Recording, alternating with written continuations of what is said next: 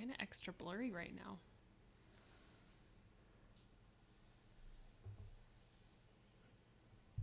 It's just because it's dark. There's no lights on. Do you want to turn these kitchen lights on? Oh, sure. I didn't like the backlight because it was too glaring. Oh, that's a lot better. It is getting dark. It's 4:30. Sun's going down. Sun's getting real low. Mm-hmm. All right, let's start this again. We don't have to do a 5-second pause. Everyone on the video, there's more audio that you will miss because we had to stop. So listen to the podcast. Listen to the podcast. Right. So we had a late night last night. We did. So we had my office Christmas party, and I don't think you or I quite expected that it was going to go as rip-roaring long as it did. It was good, but we just didn't know. So our office manager, in her infinite wisdom, made sure that on everyone's calendars, ours and spouses included, there was a calendar item from 5 o'clock to 8 o'clock. But in reality, the party went from 5 o'clock to 10:30? Yeah, 10 o'clock. Yeah. I lost track of time. It was fun. Yeah, the hostesses, waitresses, they were really good at refilling the wine glass.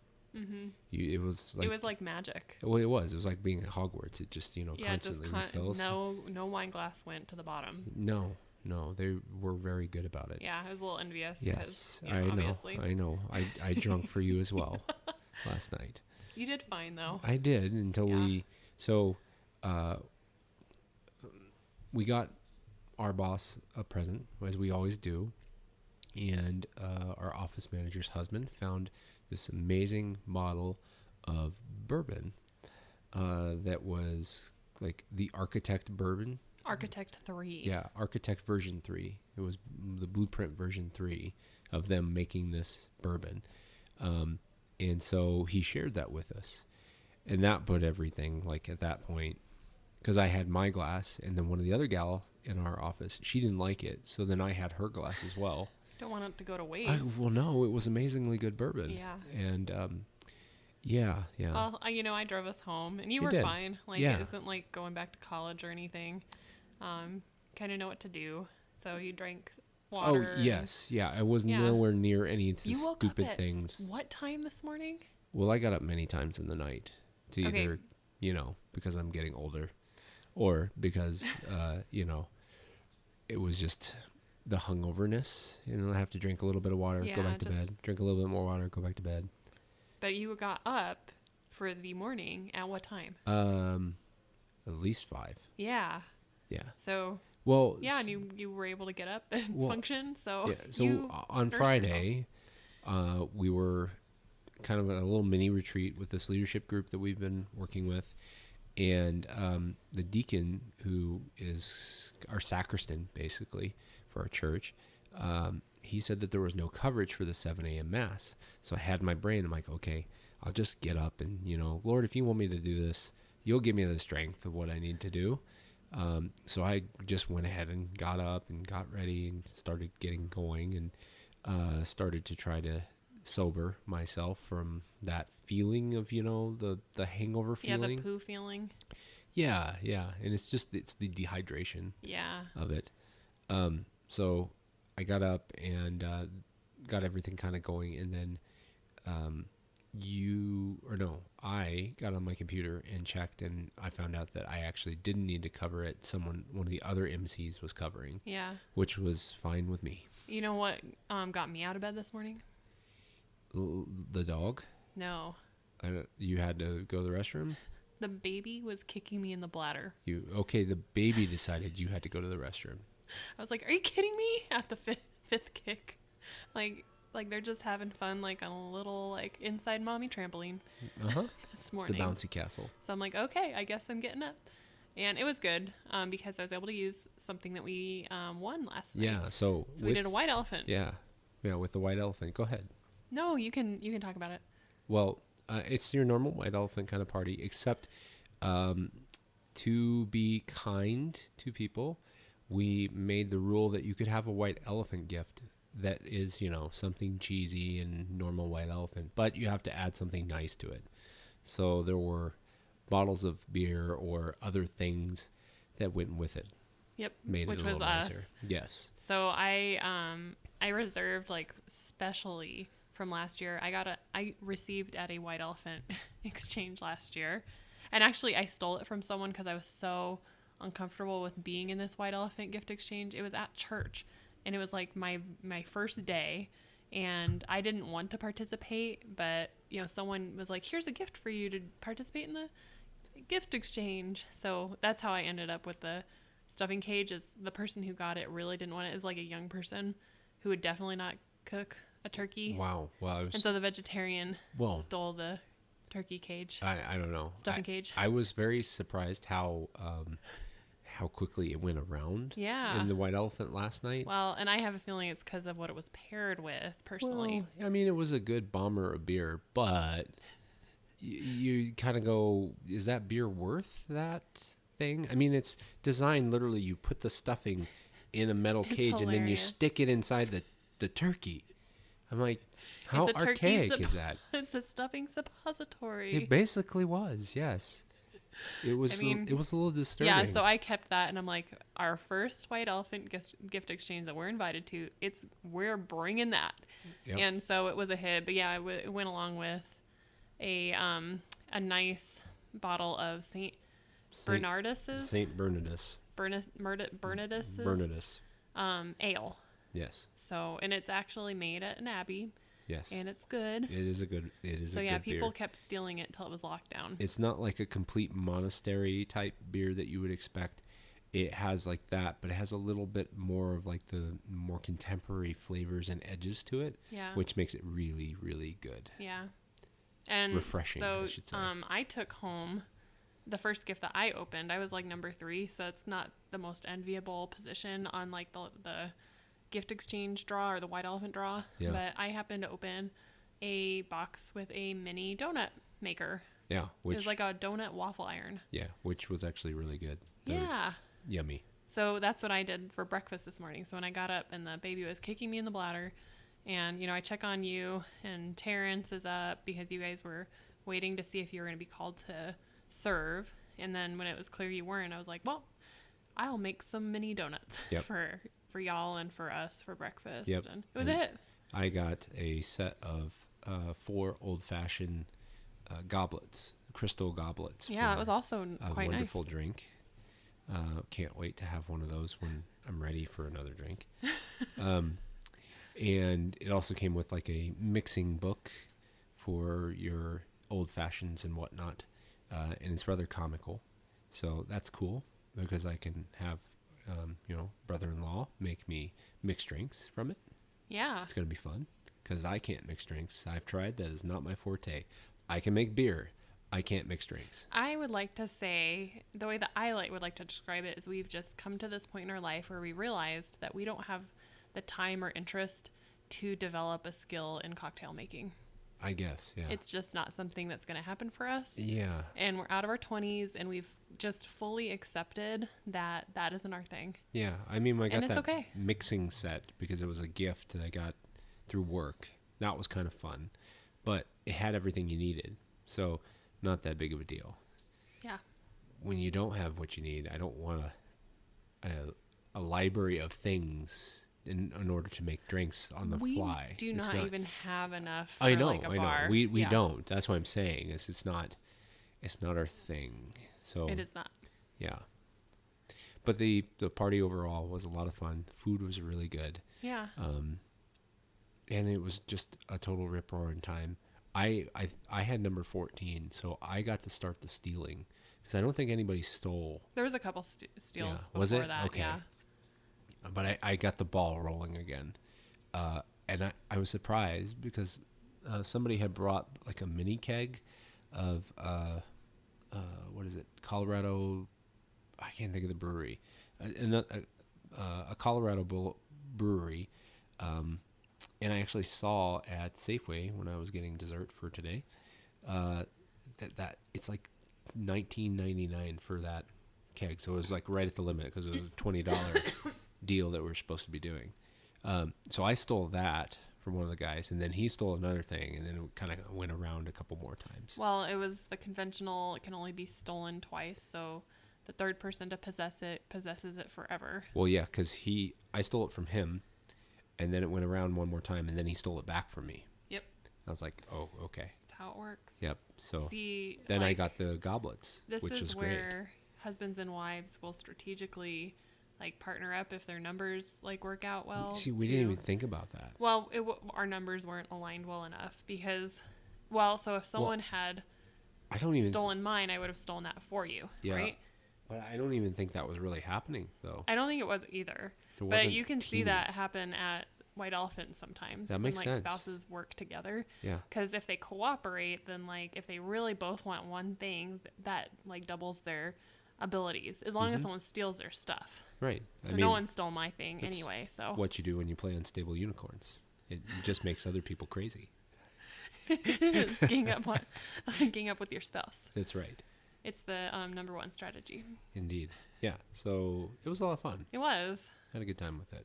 And yeah, it was a good time to celebrate. And I think this was the first year I gave a spiel as a principal. Yeah, because you weren't a principal prior. Yeah. I'm not sure who stood up to do the Adam gift. Adam, I think that our office manager did it in the past. Well, I got a photo of you, and I think I got a nice moment when you were speaking and Adam was like laughing at what you were saying. Oh, really? Yes. So I think that I got a nice little moment, so I'll send it to you. Okay, cool. Yeah, because I saw those were on your phone, and I didn't take those. Yeah, no, I took them. Yeah, that's good. Big talk. Big talk. Well, we have been doing some interesting stuff, and there's like, just talking with each other about the interesting stuff, and we thought we would just have a conversation and see where it went. Yeah. It can go a few different directions, possibly. Do you want me to start? Yes, please. Okay. So, as you mentioned, on Friday, we were at church for like 3.5 hours straight in the afternoon, because we were watching 2 of the chapters in the Rescued series by Acts 29. And one of the chapters that we covered kind of talked about how Christ wants to approach us and wants to actually be unified with us. And in fact, he wants to enter into us. Yeah. Union. Yes. So he wants that very intimate union. And as it's being described, I kind of had a thought, there's a difference between men and women as far as how we are naturally more receptive, as women than men are in multiple different ways. But I wonder if it's easier for women to be receptive to that union with Christ compared to men. And just kind of thinking about how Christ often describes that we are the bride and he is the bridegroom. Yeah. And so, a bride is a feminine role. It's quite easy for me to visualize myself in a feminine role, and just kind of thought, I wonder if it's harder for men in a way to open themselves up to that union. Yeah. I mean, I definitely struggled with the idea of being the bride of Christ for many years. It's a foreign concept, and part of it, the whole receptivity, so the ultimate union is the Eucharist. We receive literally Jesus Christ into ourselves in the most intimate union that we can in that moment. But it's something as men, well, yeah, I can eat it, but I'm taking it. It's not the receiving portion of that God wants to give the gift of himself to us is a very difficult concept for us because, at least me as a man, control is something we are so used to having. We're in, a dominant role, a leadership role. We're the one that's calling all the shots, making everything work and go, the head of the household, that role. We're so used to doing that if we aren't leading, we don't know what to do. So it's very difficult for us to receive in that way. And I think we can miss out on the mystical experience, which is just on the other side of the Eucharist. It's right there that we can receive him, and then he is in us, in union with us, and he's trying to give to us, and we should be open to receiving. I mean, it's in the past maybe year, I've been more understanding of humility. The idea of being humiliated is not a bad thing, because it means that I will be humbled by that experience. Being humbled makes me more open and receptive to being able to receive something, so I don't know.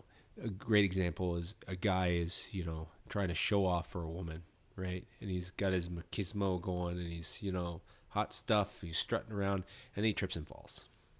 And the woman laughs at him. So at that moment in time, the man has a choice. He can either be humbled by this experience and show vulnerability to the woman that he is wooing, or he can let the ego run wild and be like, oh, I can't believe I did that. And get angry and just stomp off. And then he loses the woman. That's the best example I can think of, And actually, you can kind of guess like what the most likely choice is, or most likely outcome is of that situation, just based on our stereotypes of men. Yes. Or at least what the stereotypical reaction is, right? Right. Because of it being like the natural representation of like the masculine side of like the giving and receiving. That you guys are the givers, not the receivers. Yes. So that's the typical of how we look at things. It's just the way of life for us. Well, it's natural. It's the way that we are. Like right. we're designed in. Like this comes down to like, the union of man and woman, and then it's replicated everywhere else. So it just struck me, and I brought it up in discussion without trying to be weird. I don't think it was awkward. Okay, that's good. I was like, but it's like our nature, and it's a truth. Pretty much everyone in that room, well, a lot of people in that room like are married, so they understand. Yes. And even if you're not, like you understand the differences between We're men and all women. Adults. We understand the differences between men and women. It made me like, I was on a journey like many years ago about kneeling to receive the Eucharist. Mm-hmm. And that was like a really hard journey for me. And I think actually I am not always naturally receptive. And I think that it called me into a receptivity and a vulnerability that has been really good for me. And so actually COVID was challenging because at our church, at least, you could not do that. You couldn't receive on the tongue. Yeah. And I know like people who, I guess I accepted that like Christ is, I can receive him in either way. And so I'm going to receive him on the hand during COVID. And I'd lick my palm actually, because you can see like the particles of the host and everything, just to make sure. But, I feel like that was me being patient about doing what I wanted to do. But I know others that felt like very strongly pulled to continue receiving Jesus kneeling on the tongue. And they usually found parishes where they were going to be able to do that. But every once in a while they would go to a parish that was different. And I recall hearing, my mom's one of those people, they're on their knees and they're opening their mouths and they were told no, and it just being like really devastating. Yeah, because it's difficult. It reflects the vulnerability of receiving Jesus in that way. And being rejected in You're that being moment. rejected because you can be rejected, and it's such an intimate position to be receiving our Lord. Mm-hmm. And I'm not saying like it's the proper way, but I know for me, it was a journey for me to get to that point, and it started in anger and judgment about others that were doing the same thing. Yeah. And it's really humbled me and tamed me. Yeah, I think that's part... I could say about COVID, that was probably the most difficult thing for men. We were told what to do. Like, stay home. You can't receive Jesus the way you've received him before. You can't do this. You've got to stay and do these things. You have to watch Mass on a TV. It was really hard. And again, to that humbling aspect, it's like, okay, do you humble yourself to listen to your bishop and be obedient to what your bishop is asking of your diocese, whatever it was, or not? And the reactions were all over the place. Yeah. But I think for a lot of men, especially, it became so difficult because you're used to, okay, this is what we do as a family. I'm leading my family to Christ. I'm bringing them to church. All of these things happen, but then you're stuck at home, and you're in your, pajama pants watching Jesus on TV. And it's just like the control side of you as a man, you're like, what the hell? This is ridiculous. Well, this makes no sense. I can't find this virus anywhere, but they're telling me it's everywhere. And, all this stuff is just pushed down our throats as men. And we're like, no. And so the question goes back to, were you humble in that moment and being told, no, you can't receive in the way you've received before, and kind of deal with it in a different way, knowing that God is going to provide regardless? Or the other response was, to hell with this. Yeah. I'm not going to deal with this. I'm done. I'm out. Tell me when you get your stuff straight, and then I'll figure it out, Like, that was the other response. Because you were completely out of control and at loss of how you run your household, and you're trying to be the shepherd for your family, to be the protector, but yet it just all went crazy bananas, with that. Well, it's interesting to think about, like, the receptivity to obedience being like a factor at play in how, people have emerged out of COVID in their spiritual life for men. Yes. Not for women, but like distinctly, I think you were receptive to that obedience. Yeah. And well, it was not easy. It wouldn't be easy. It's not natural. But I think that was always, we talked about it a lot, and just, suffering through obedience. And we've had to do that a lot at our church. Yes, we have. In the last couple of years. Yes. So maybe we've got like some calluses built up to, being able to set our own personal desires aside. Mm-hmm. But I wonder if that is a factor, like you're kind of vocalizing in, how men emerged. Like if you were able to, take that humbling of obedience, even though it was like kind of irrational, mm-hmm. and you're like, this doesn't make sense. Like, but it didn't matter whether you liked it or not. Like our access was gone. We couldn't access. Priests that were, slipping through the cracks, they were getting disciplined. We know priests that were sent away because they were not obedient to the bishop. And so, there really wasn't a choice except in our response. Right.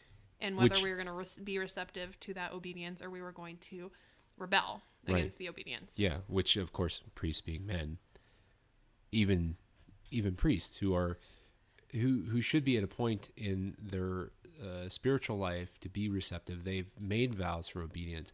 It was still really hard to do because of control.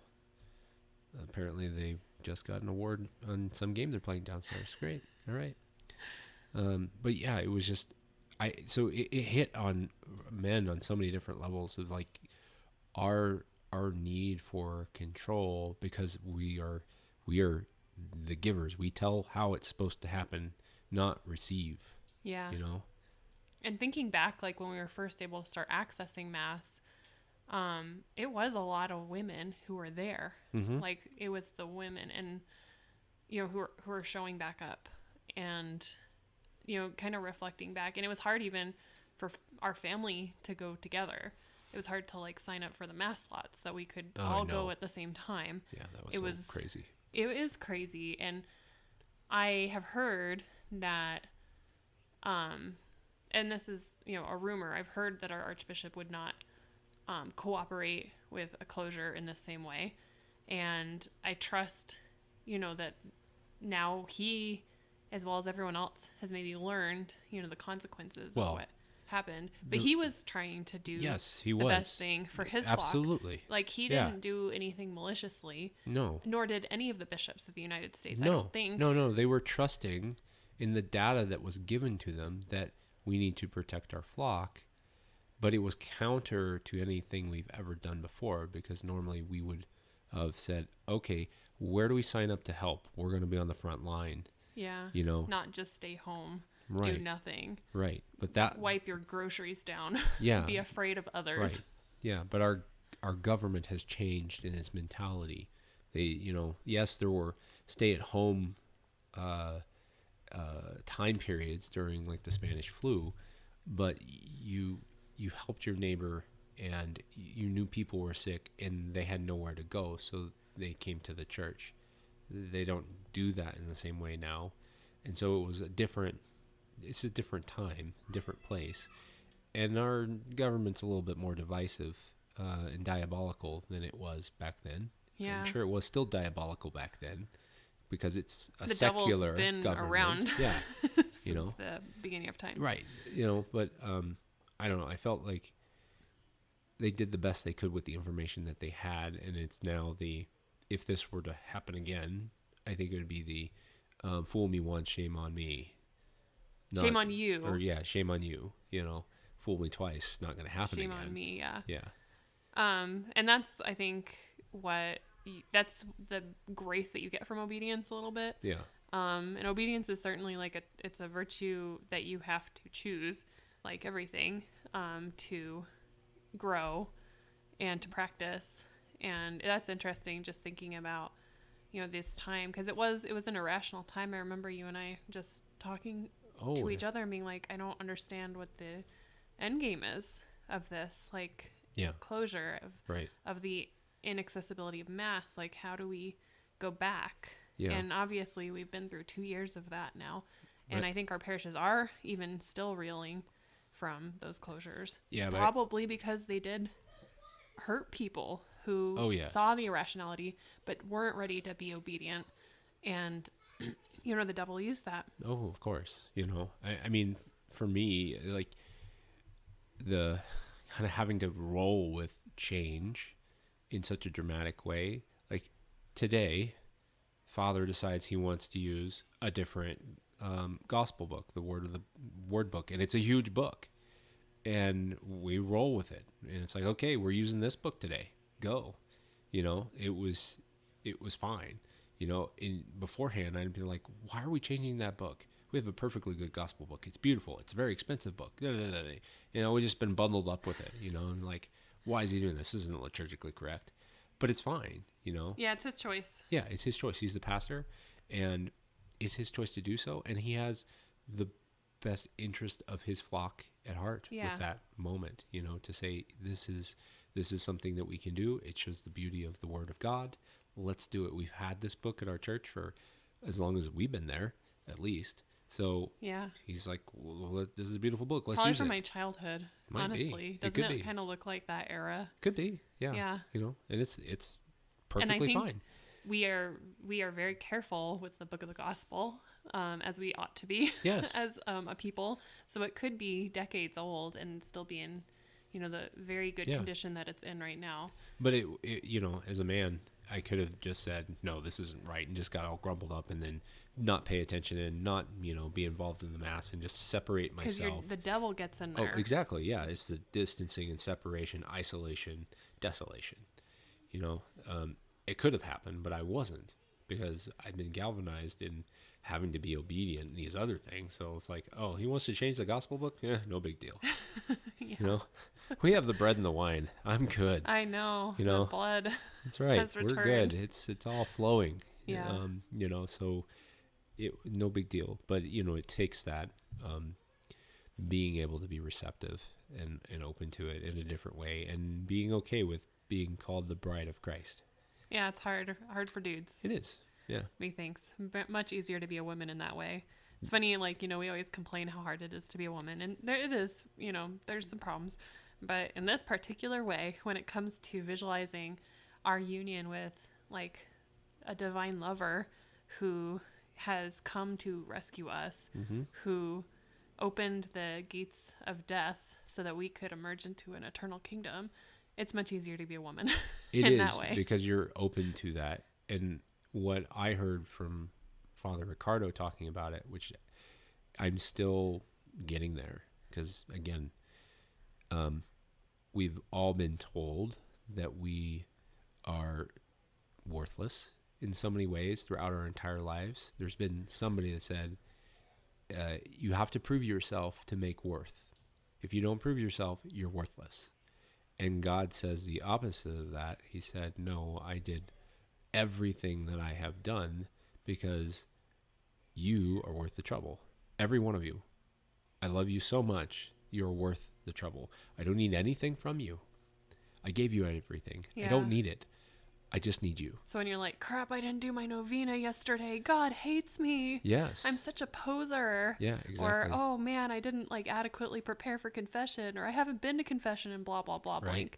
blank. Yeah, we kind of start to punish ourselves for our failings. Right. Exactly.